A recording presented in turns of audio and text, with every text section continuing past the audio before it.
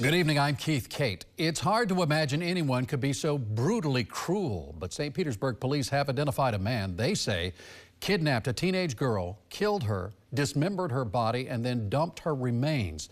Authorities believe Stephen Gress drove to this dumpster in Ruskin to dispose of 16-year-old Miranda Corsett. But that was 2 weeks ago, and whatever he left there has been hauled to a landfill.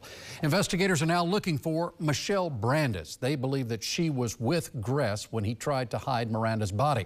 News Channel 8's Nicole Rogers is covering this story for us tonight. Nicole, it's hard for anyone not to be rattled by the violent nature of these crimes.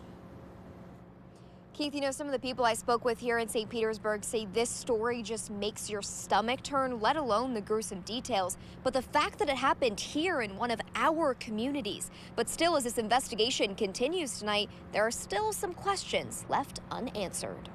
A neighborhood in dismay after hearing the gruesome details of a teenager murdered nearby. Thought of what occurred was very, very, very disappointing to me because I never thought that this guy had the capabilities to allegedly do what they said he did. St. Pete Police Chief Anthony Holloway says 16-year-old Miranda Corsett was lured through a social media app to meet 35-year-old Stephen Gress on Valentine's Day.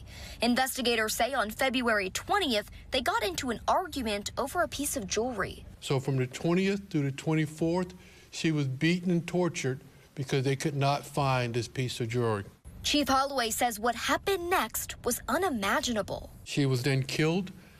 Mr. Gress placed her body in his car along with his domestic partner, Michelle Brandis, and they drove her to Largo. And that brings us here to a home Chief Holloway says belonged to Brandis's mother. Miranda was dismembered at that location. They then placed her in a car and they drove her down to Ruskin where they dumped her into a dumpster, and her body is somewhere possibly in a landfill somewhere in that county. His message for Brandis? Michelle, if you're out there, we're trying to tell you to turn yourself in because we will find you sooner or later.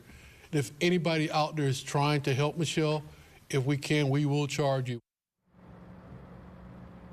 And while at this hour, she hasn't been charged with a crime, Chief Holloway says Brandis has witnesses that say that she was there while the defendant was putting that teenager's body in the car, and now the hunt for her continues. For now, live in St. Pete, Nicole Rogers, 8 on your side.